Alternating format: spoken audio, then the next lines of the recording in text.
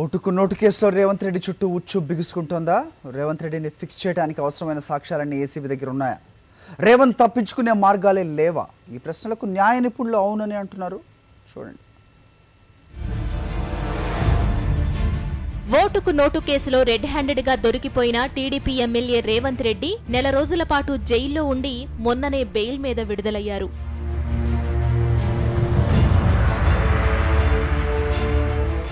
బెయిల్పై విడుదల కావడంతోనే ధర్మం జయించేసిందంటూ టీడీపీ శ్రేణులు బాణసంచా కాల్చి సంబరాలు చేసుకున్నారు.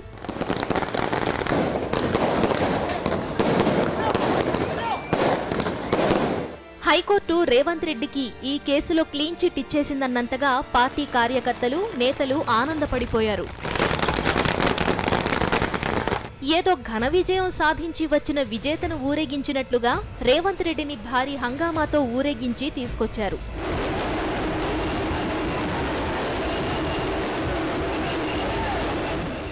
నెల రోజుల పాటు జైలు గోడల మధ్య నరకయాతన అనుభవించిన మానసిక క్షోభతో రేవంత్ రెడ్డి కుతకుతలాడుతూ బయటకు వచ్చారు. తనను పట్టించి కేసులు పెట్టించి జైలుకు పంపించింది కేసీఆరేనని రేవంత్ ఆగ్రహంతో రగిలిపోయారు. ఆ కోపంతోనే జైలు నుండి రాగానే సభ్య సమాజం సిగ్గుతో తలదించుకునే భాషలో కేసీఆర్ను, ఆయన కుటుంబాన్ని, ఆయన మంత్రివర్గ సహచరులను తిట్టిపోశారు రేవంత్ రెడ్డి. ఎన్నికలలో నెగ్గలేక నా మీద పోటీ వేసిన అభ్యర్థి చిత్తుగా ఓడిపోతే నన్ను తీసుకోవాలని ప్రయత్నం చేసి నేను ఆ పార్టీలోకి రాకుండా, ఆ పార్టీలోకి పోకుండా ఈ రాష్ట్రాన్ని దోసుకోవడానికి కేసీఆర్ దోపిడీని నిర్వహించినందుకు రాష్ట్ర ముఖ్యమంత్రిగా ఆయన పెట్టిన మొట్టమొదటి సంతకం 3,000 కోట్ల రూపాయల భూమి రామేశ్వరంకు అక్రమంగా కట్టబెట్టే ఇదెక్కడి అన్యాయమని ప్రశ్నించిన. అయితే రేవంత్ రెడ్డి అరుపులకు ఎవరూ భయపడరని టీఆర్ఎస్ నేతలు బదులిచ్చారు.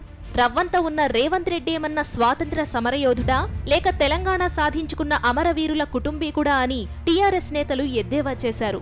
ఏం సాధించారని రేవంత్ రెడ్డి ఊగిపోతూ మాట్లాడుతున్నారని వారు నిలదీశారు. రేవంత్ రెడ్డికి చట్టంలో న్యాయ నిబంధనల ప్రకారం నెల రోజుల తర్వాత బెయిల్ వచ్చింది. అంతేకాని రేవంత్ రెడ్డిని ఓటుకు నోటు కేసులో నిర్దోషిగా కోర్టు ప్రకటించలేదు. ఆయనపై ఏసీబీ దర్యాప్తు ఆగలేదు. పైపెచ్చు ఏసీబీ దర్యాప్తులో రేవంత్ రెడ్డిపై మరిన్ని బలమైన సాక్ష్యాలు లభించాయని తెలుస్తోంది. వాటిని కోర్టుకు సమర్పిస్తే రేవంత్ రెడ్డికి శిక్ష పడటం ఖాయమని ఏసీబీ వర్గాలతో పాటు న్యాయ నిపుణులు కూడా భావిస్తున్నారు.